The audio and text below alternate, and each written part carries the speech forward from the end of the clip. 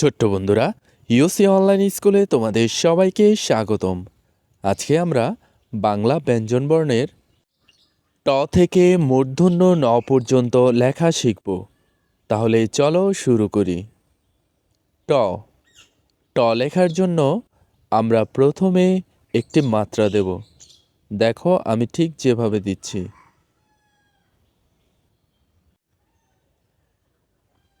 এরপর মাত্রার সাথে স্পর্শ করে এই যে নিচের দিকে সোজা টান দিয়ে এটা এভাবে ঘুরিয়ে আনবো। দেখো আমি ঠিক যেভাবে করলাম তোমরাও ঠিক সেভাবেই করবে।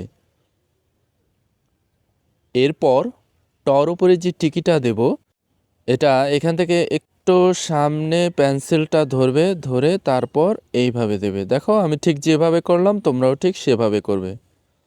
এবার ঠ ঠ হচ্ছে পূর্ণমাত্রা, তাই আমরা আগে মাত্রা দিলাম।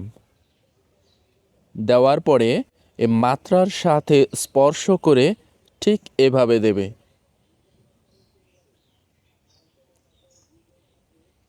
দেখো এটা কিন্তু একটু বাঁকা করে দিয়েছি।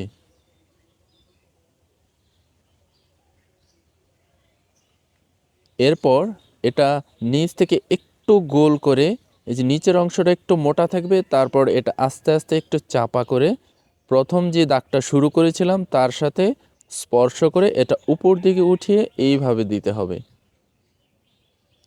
ড ড হচ্ছে পূর্ণমাত্রা, তাই আগে আমরা মাত্রা দিলাম। মাত্রা দেওয়ার পরে মাত্রার সাথে স্পর্শ করে এটা রুলের মোটামুটি অর্ধেকের মতো নিচে নামিয়ে এটা এইভাবে দেবে।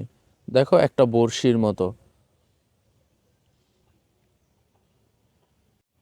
এরপর এখানে পেন্সিলটা ধরবো, এরপর নিচ দিকে হালকা গোল করে উপর দিকে উঠাবো, যেন মাত্রার সাথে স্পর্শ না হয়, মাত্রার কাছাকাছি পর্যন্ত।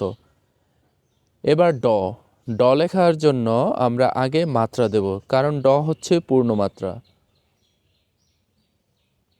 এরপর এটা সোজা নিচের দিকে নেব, নেওয়ার পর হালকা একটু গোল করে উপর দিকে উঠাবো, তারপর এইভাবে দেব। দেখো বন্ধুরা আমি ঠিক যেভাবে করলাম তোমরাও ঠিক সেভাবে করবে। এবার মূর্ধন্য ন, এটা হচ্ছে অর্ধমাত্রা, তাই আমরা আগে কিন্তু মাত্রা দেব না।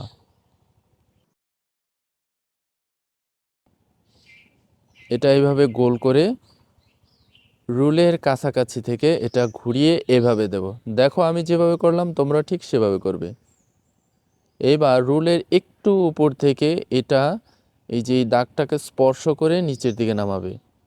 খেয়াল রাখবে এই অংশটা যেন এই দাগটার মাঝামাঝির থেকেও একটু উপরে থাকে। এরপর অর্ধমাত্রা, আমরা উপরে এই যে ঠিক এই জায়গায় অর্ধমাত্রা দিয়ে দিলাম। আশা করি বন্ধুরা বুঝতে পেরেছ। আজকে ট থেকে মূর্ধন্য ন পর্যন্তই প্র্যাকটিস করো। পরবর্তী অক্ষরগুলো আমরা অন্য কোনো এক ভিডিওতে দেখাবো। পরবর্তী ভিডিও পেতে চ্যানেলটি সাবস্ক্রাইব করে পাশে থাকা বেল আইকনটি বাজিয়ে দাও।